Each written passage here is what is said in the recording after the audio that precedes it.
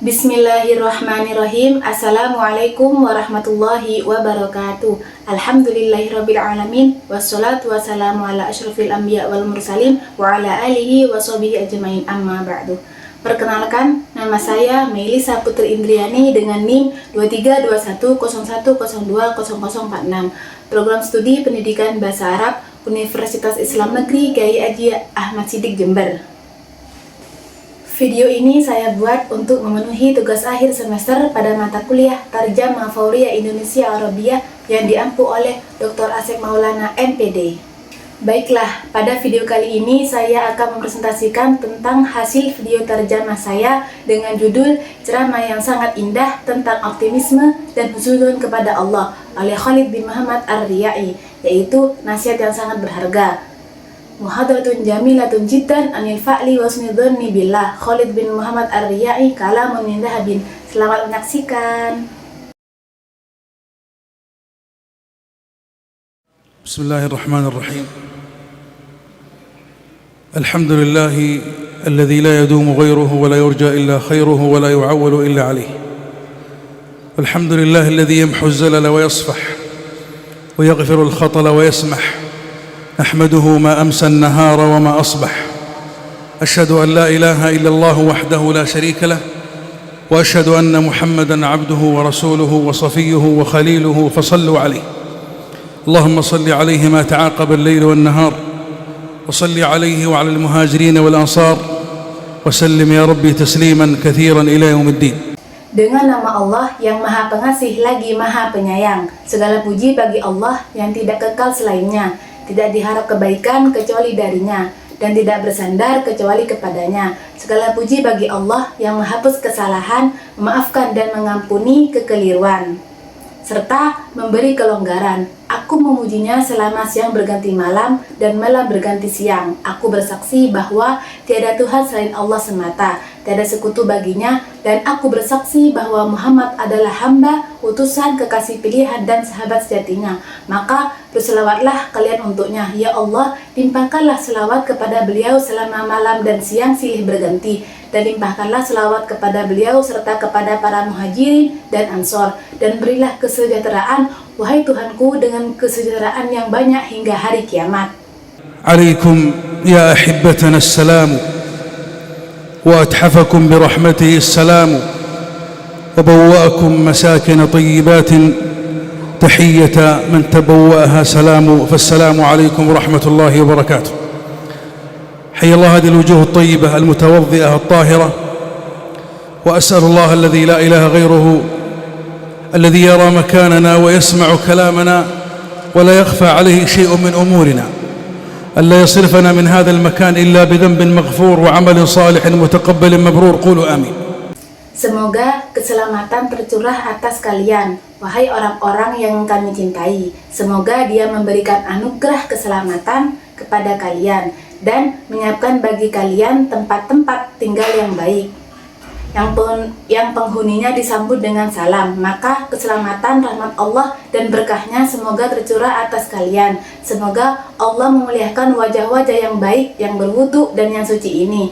Aku memohon kepada Allah yang tiada Tuhan selain Dia, yang melihat tempat kita, mendengar ucapan kita, dan tidak ada sesuatu pun dari urusan kita yang luput darinya, agar Dia tidak mengembalikan kita dari tempat ini kecuali dengan dosa yang diampuni, amal soleh yang diterima dan diberkahi. Katakanlah amin, wahai kekasih-kekasihku. أيها الأحبة، في هذه الدقائق سأحدثكم بحديث أضمن لمن عمل به أن يطيب عيشه، وأن يشرق مستقبله، وأن تتغير حياته، وأن ينقله الله جل جلاله من الضيق إلى السعة، ومن الفقر إلى الغنى، ومن التعاسة إلى السعادة، ومن اليأس إلى الأمل. أضمن لمن عمل بهذا الحديث أن يعيش رقما صعبا، وأن يسعد سعادة، وأن يجعل الله جنته في صدره. من عمل بهذا الحديث هز كيانه وغير جنانه وأورثه حياة طيبة. إنه حديث المستقبل، فاعزموا قبل السماع على العمل بكل حرف فيه.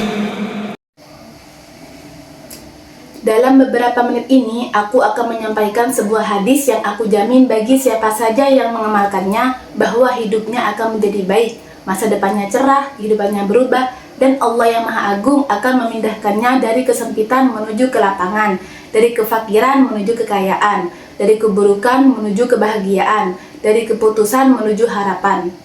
Aku jamin bagi siapa yang mengamalkan hadis ini, ia akan hidup sebagai pribadi yang tangguh, memperoleh kebahagiaan, dan Allah akan menjadikan surganya di dalam dadanya.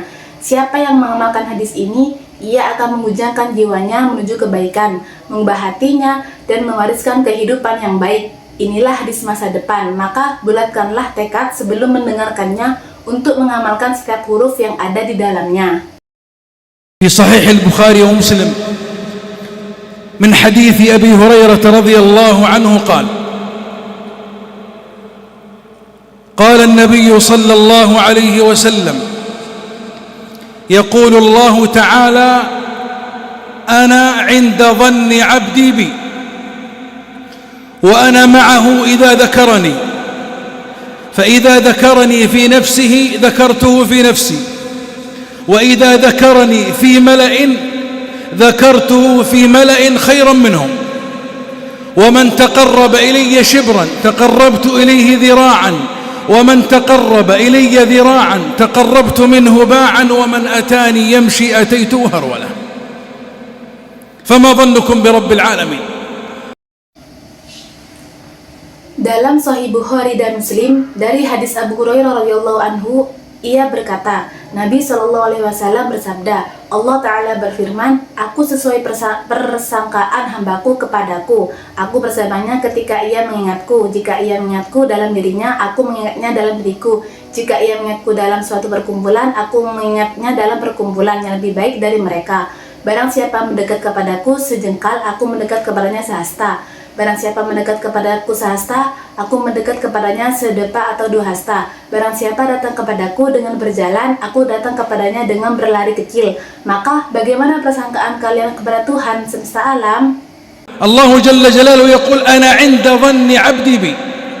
Al-ma'na anna Allah yu'amiluk wa yu'amiluni 'ala hasabi dhannika bih. Faman tawaqqa'a min Allah khairan wajada khairan. والبعيد عني وعنكم من توقع من الله شرا وجد شرا. وقلوب المؤمنين وقلوب الصادقين وقلوب المخبتين لا يليق بها إلا أن تحسن ظنها بخالقها. ولهذا قال ابن القيم رحمه الله تعالى وكلما كان العبد حسن الظن حسن الرجاء صادق التوكل فإن الله لا يخيب أمله البتة. لماذا يا إمام؟ قال لأن الله لا يضيع عمل عامل ولا يخيب أمل آمل. Allah yang Maha Agung berfirman, aku sesuai persangkaan hambaku kepadaku. Maknanya, Allah memperlakukanmu dan memperlakukanku sesuai dengan persangkaanmu kepadanya. Barang siapa mengharapkan kebaikan dari Allah, ia akan mendapati kebaikan. Dan orang yang jauh dari rahmatku adalah siapa yang menyangka Allah akan memberinya keburukan, maka ia akan mendapat keburukan. Hati orang-orang mukmin, hati orang-orang yang jujur, dan hati orang-orang yang khusyuk tidaklah layak kecuali untuk berbaik sangka kepada pencipta mereka. Karena itu Ibnu Qayyim rahimahullah berkata, setiap kali seorang hamba berbaik sangka, baik pengharapannya dan benar tawakalnya, maka Allah tidak akan mengecewakan harapannya sama sekali. Mengapa wahai imam? Beliau menjawab, karena Allah tidak menyia-nyiakan amal seorang pekerja dan tidak mengecewakan harapan orang yang berharap. فإذا طلبت من الناس أن يساعدوك أو يغيثوك أو يقفون معك أو يسيرون أحزانك أو يبددون أشجانك فاعلم أنهم هم لا يملكون لأنفسهم لا نفعا ولا ضرا ولا موتا ولا حياة ولا نشورا. أنت توقن وتؤمن وتصدق أن الذي بيده مفاتيح الفرج هو الله، فتتوجه إليه. القرار الذي يليق بقلبك أن تفر إلى الله وأن تشتكي إلى الله وأن تسعد بالله وأن تسأل الله، لأن الله بيده كل شيء ولا يخفى عليه شيء. Apabila engkau meminta manusia untuk menolongmu, membantumu, mendampingimu, menghilangkan kesedihanmu, atau melenyapkan dukamu, maka ketahuilah bahwa mereka tetaplah makhluk lemah, tidak kuasa memberikan manfaat maupun mudarat untuk diri mereka sendiri, tidak kuasa mematikan, menghidupkan, maupun membangkitkan dari kubur. Hendaknya engkau yakin, beriman, dan percaya bahwa Dia yang memegang kunci-kunci kebahagiaan dan jalan keluar adalah Allah. Maka tujukanlah hatimu kepadanya. Keputusan yang layak bagi hatimu adalah berlindung kepada Allah, mengadu kepada Allah, bergembira dengan kedekatan Allah, dan memohon kepada Allah, karena Allah lah yang menguasai segala sesuatu dan tidak ada sesuatu pun yang tersembunyi baginya. يقول جابر رضي الله عنه في صحيح مسلم قال: سمعت رسول الله صلى الله عليه وسلم يقول قبل موته بثلاث: لا يموتن أحدكم إلا وهو يحسن ظنه بربه. يعني تعيش حياتك كلها على حسن الظن بالله، مهما أحدقت بك المحن وتتابعت عليك البلايا والرزايا والفتن، فإن لك فتحا قريبا، إن لك ربا رحيما يسمع الشكوى ويعلم السر وأخفى سبحانه وتعالى. Jabir radhiyallahu anhu berkata dalam Sahih Muslim, aku mendengar Rasulullah Shallallahu Alaihi Wasallam bersabda 3 hari sebelum wafatnya, janganlah sekali-kali salah seorang di antara kalian mati kecuali dalam keadaan berbaik sangka kepada Tuhannya. Artinya, engkau menjalani seluruh hidupmu dengan berbaik sangka kepada Allah, meskipun segala kesulitan melingkupimu, musibah, bencana, dan cobaan bertubi-tubi menimpamu. Karena sesungguhnya bagimu adalah jalan keluar yang dekat. Sesungguhnya engkau memiliki Tuhan yang Maha Penyayang, yang mendengar keluhan dan mengetahui rahasia serta yang lebih tersembunyi. Maha Suci Dia dan Maha Tinggi. يروى أن رجلا خاصم زوجته فقال لها في غضب وحنق: والله لأشقينك. فأجابت عليه بكل هدوء ولباقة، قالت: إنك لا تملك أن تشقيني فضلا على أن تسعدني. قال: وكيف؟ قالت: لأن سعادتي في إيماني وفي يقيني بربي وفي حسن ظني بربي، وإيماني هذا ويقيني وحسن ظني بربي في قلبي، وليس لأحد سلطان على قلبي إلا ربي. إنها القلوب التي اطمأنت بخالقها وأيقنت بأن الله جل جلاله على كل شيء قدير، وأن الله قد أحاط بكل شيء علما. Diriwayatkan bahwa seorang lelaki berselisih dengan istrinya. Dalam kemarahan dan kebenciannya ia berkata, demi Allah sungguh aku akan membuatmu sengsara. Maka wanita itu menjawab dengan tenang dan santun, kamu tidak kuasa membuatku sengsara, apalagi membuatku bahagia. Lelaki itu bertanya, bagaimana maksudmu? Ia menjawab, karena kebahagiaanku terletak pada imanku, keyakinanku kepada Tuhanku, dan baik sangkaku kepada Tuhanku. Iman, keyakinan, dan baik sangkaku ini ada dalam hatiku. Tidak seorang pun berkuasa atas hatiku selain Tuhanku. Itulah hati yang tentram bersama penciptanya, yang yakin bahwa Allah yang Maha Agung, Maha Kuasa atas segala sesuatu, dan bahwa Allah Maha meliputi segala sesuatu dengan ilmunya.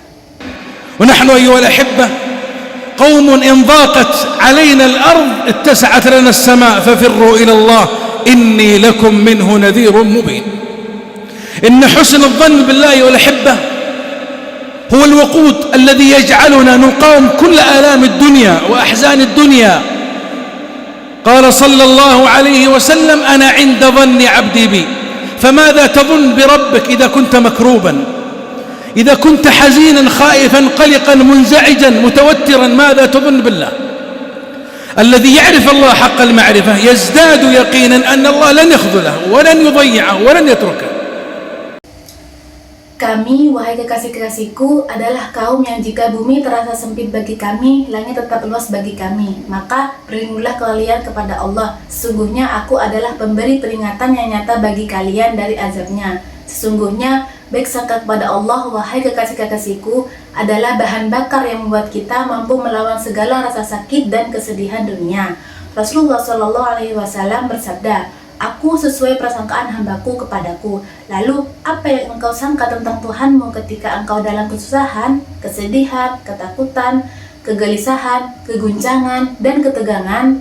Apa yang engkau sangka tentang Allah? Orang yang benar-benar mengenai Allah akan semakin yakin bahwa Allah tidak akan mengecewakannya, tidak akan menyanyiakannya, dan tidak akan meninggalkannya.